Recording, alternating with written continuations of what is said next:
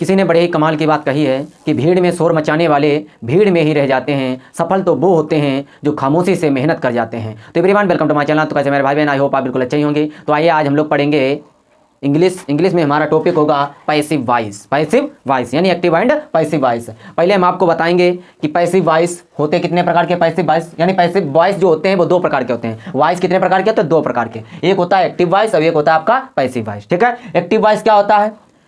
Active voice क्या होता है? इसमें क्रिया द्वारा कर्ता को प्रधानता दी जाती है, उसे हम एक्टिव वॉइस कहते हैं। एक्टिव वॉइस किसे कहते हैं? एक्टिव वॉइस में क्रिया द्वारा कर्ता को प्रधानता दी जाती है, उसे हम एक्टिव वॉइस कहते हैं। ठीक है, पैसिव वॉइस किसे कहते हैं? पैसिव वॉइस में क्रिया द्वारा कर्म को प्रधानता दी जाती है, उसे हम पैसिव वॉइस कहते हैं।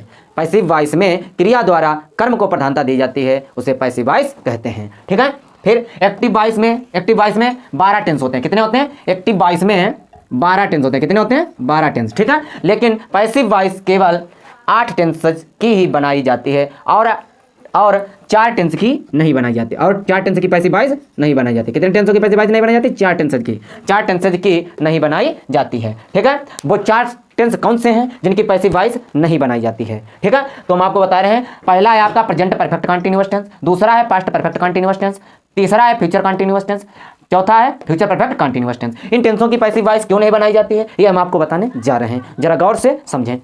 ठीक है, यानी पहले को दूसरे में, दूसरे को दूसरे में, तीसरे को चौथे में, और चौथे की बनाई नहीं जाती है, यानी चौथे की बनती ही नहीं है, यानी चौथे के बाद पांचवा को टेंस नहीं आता है। तो इसीलिए तीनों तो परफेक्ट कंटीन्यूअस हो गए, तीनों तो परफेक्ट कंटीन्यूअस। पहला है आपका प्रेजेंट परफेक्ट कंटीन्यूअस, दूसरा पास्ट परफेक्ट कंटीन्यूअस, और तीसरा है फ्यूचर कंटीन्यूअस, और चौथा क्या है? Future perfect continuous. ठीक है, यानी 3 हो गए परफेक्ट कंटीन्यूअस, यानी present perfect continuous, past perfect continuous, future perfect continuous, और चौथा क्या है आपका? Future continuous. अब आप सोचते हैं फ्यूचर कंटीन्यूअस की तो दूसरे में बन जाती है, इसकी पैसिव वॉइस, फ्यूचर कंटीन्यूअस की पैसिव वॉइस इसलिए नहीं बनती है क्योंकि इसमें बी पहले से ही मौजूद होता है, यानी बी होने के कारण इसकी पैसिव वॉइस नहीं बनती है। ठीक है, अब कुछ है अपवाद हैं, जैसे ट्रांसिटिव वर्ब की पैसिव वॉइस बनती है। ट्रांसिटिव वर्ब मतलब सकर्मक क्रिया की पैसिव वॉइस बनती है। सकर्मक क्रिया कौन सी होगी? जैसे सामान्य साथ, कर्म माने कर्म, जिसके साथ में कर्म हो उसको हम कहते हैं सकर्मक क्रिया, यानी जिस वाक्य में कर्म हो उस क्रिया को हम कहेंगे सकर्मक क्रिया। ठीक है, जैसे ये वाक्य आपका दिया है, जैसे दिया है आई रोट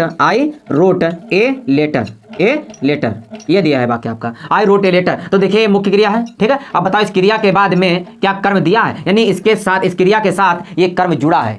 कर्म सामान्य साथ और कर्मान्य कर्म, यानी जिसके साथ में कर्म हो उसको हम कहेंगे सकर्मक क्रिया। क्या कहेंगे? सकर्मक क्रिया। अगर ये हम हटा दें इतना, ठीक है, इतना हटा दें, तब ये कौन सी हो जाएगी? इंट्रांसिटिव वर्ब, यानी आमान्य नहीं कर्मान्य कर्म, यानी जिसके साथ में कर्म नहीं होगा उसको हम कहेंगे इंट्रांसिटिव वर्ब। इंट्रांसिटिव वर्ब की पैसिव वॉइस नहीं बनती है। अब क्यों नहीं बनती है ये हम आपको बताने जा रहे हैं। इसकी पैसिव वॉइस इसलिए नहीं बनती क्योंकि उसमें कर्म नहीं होता, कर्म के बिना पैसिव वॉइस नहीं बनती है। ठीक है, तो इससे यानी इंट्रांसिटिव वर्ब की पैसिव वॉइस नहीं बनती है क्योंकि इसमें कर्म नहीं है। इस वाक्य की पैसिव वॉइस नहीं बनेगी। क्यों नहीं बनेगी? क्योंकि इसमें कर्म नहीं है, इसीलिए इसकी पैसिव वॉइस नहीं बनेगी। ठीक है, ये आपको समझ में आई होगी। यानी ट्रांसिटिव वर्ब की पैसिव वॉइस बनती है, इंट्रांसिटिव वर्ब की पैसिव वॉइस नहीं बनती है। सकर्मक क्रिया की पैसिव वॉइस बनती है, अकर्मक क्रिया की पैसिव वॉइस नहीं बनती है। ये आपको नियम इतना याद करना पड़ेगा। अब हम आपको एक ट्रिक बताते हैं जो कुछ बच्चे भूल जाते हैं कि किस टेंस का वाक्य है, किस टेंस में हम ले जाएं, किस टेंस में नहीं ले जाएं, ये बच्चे कुछ गड़बड़ कर देते हैं। उसके लिए हम आपको एक देहाती ट्रिक बताने जा रहे हैं, जो ट्रिक आप कभी भी भूल नहीं सकते हैं। तो आइए हमारे साथ एक ट्रिक याद कर लीजिए। देखिए क्या है आपकी देहाती ट्रिक।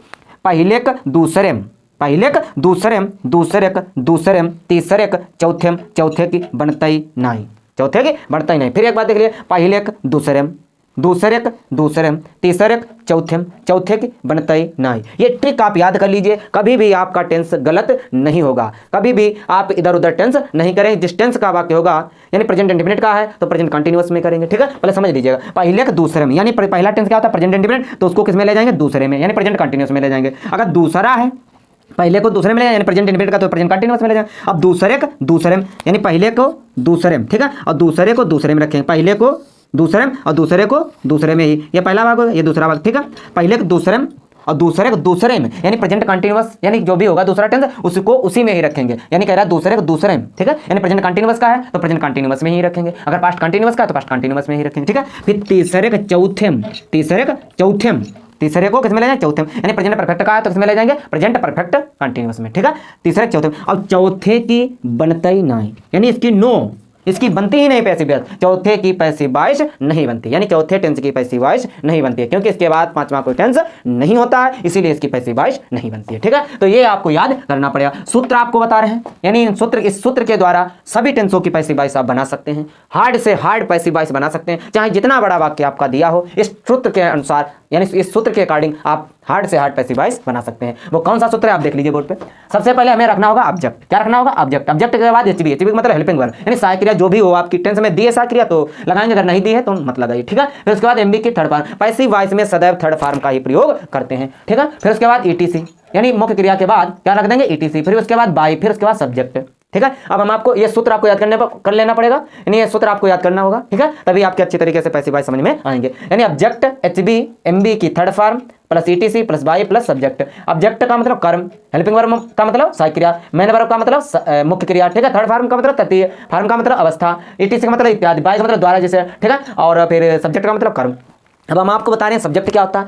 वाक्य में जिसके सब्जेक्ट क्या होता है? जो कार्य करता है उसे हम सब्जेक्ट कहते हैं। ठीक है, उसे क्या कहते हैं? सब्जेक्ट। जैसे ये जैसे दिया है subject plus MB plus object, क्या दिया? ऑब्जेक्ट। ठीक है, ये ऑब्जेक्ट दिया। सब्जेक्ट क्या होता है? जो कार्य करता है। सब्जेक्ट क्या होता है? जो कार्य करता है, उसे हम सब्जेक्ट कहते हैं। कर्म, जिसके ऊपर कार्य किया जाता है। सब्जेक्ट मतलब जो कार्य करता है, और ऑब्जेक्ट मतलब जिसके ऊपर कार्य किया जाता है उसे हम ऑब्जेक्ट कहते हैं। ठीक है, एमबी जो क्रिया हो रही है, मुख्य क्रिया किसको कहते हैं? जो क्रिया हो रही है। जैसे वो पानी पी रहा है, वो पानी पी रहा है मतलब पानी पीने की क्रिया हो रही है, उसको कौन सी क्रिया हो रही है? पानी पीने की। तो ये आपको इतने याद करने पड़ेंगे। सूत्र जो बताए हैं, ट्रिक बताए हैं आपको एक से एक अच्छी, वो आपको ट्रिक याद करनी पड़ेंगी। ये नियम याद कर लीजिए बिल्कुल आप। एक्टिव वॉइस हमने बताया, पैसिव वॉइस भी बता दी। अब इनको चेंज कैसे करेंगे, इसके लिए ये इतने आपको ऑब्जेक्टिव केस और सब्जेक्टिव केस याद करने पड़ेंगे। सब्जेक्टिव केस यानी ये वाले आपके सब्जेक्टिव केस हैं, ये वाले आपके ऑब्जेक्टिव केस हैं। ठीक है, तो अगर ही है तो ही को हम किस में बदल देंगे? हिम में। यानी ही का सब्जेक्ट, ही का ऑब्जेक्ट क्या होता है? हिम। सी का ऑब्जेक्ट क्या होता है? हर। आई का ऑब्जेक्ट क्या होता है? मी। दे का ऑब्जेक्ट क्या होता है? देम। वी का ऑब्जेक्ट क्या होता है? अस। यू का ऑब्जेक्ट क्या होता है? यू। इट का ऑब्जेक्ट क्या होता है? इट। हु का ऑब्जेक्ट क्या होता है? हुम। ठीक है, अगर हिम दिया है तो हिम का सब्जेक्ट क्या हो जाएगा? ही। हर का क्या हो जाएगा? सी। मी का क्या हो जाएगा? आई। देम का क्या हो जाएगा? दे। अस का क्या हो जाएगा? बी। यू का क्या हो जाएगा? यू। इट का क्या हो जाएगा? इट। हुम का क्या हो जाएगा? हुम क्या वो तो दिए होगा। ठीक है, अगर जैसे चेंज करनी है तो हुम बाई हुम है तो उसको हुम में बदलेंगे। ठीक है, तो ये आपको इतने नियम याद कर लेना है, नियम याद कर लीजिए। और जो नेक्स्ट वीडियो होगा वो हम आपको टेंस बाय टेंस पढ़ाएंगे। Present indefinite, present continuous, present perfect, फिर उसके बाद पास्ट इंडेफिनिट, क्योंकि प्रेजेंट परफेक्ट कंटिन्यूअस की बनती नहीं, यानी टेंस बाय टेंस हम आपको पैसिव वॉइस पढ़ाएंगे। ये पहले आपको इतने नियम याद करने होंगे, नियम याद कर लीजिए। अब ये ट्रिक आपको भूलना बिल्कुल नहीं है। पहले के दूसरे में, दूसरे के दूसरे में, तीसरे के चौथे में, चौथे की बनते ही ना है। ये आपको बिल्कुल ट्रिक याद कर लेनी है। पहले के दूसरे में, दूसरे के दूसरे में, तीसरे के चौथे में, चौथे की बनते ही ना है। ये ट्रिक आप लोग बिल्कुल याद अच्छी तरीके से याद कर लीजिएगा, तभी आपके पैसिव वॉइस समझ में आएंगे, जो हम आपको नेक्स्ट वीडियो में पढ़ाएंगे। ठीक है, ये अपने इतने नियम याद कर लेना है।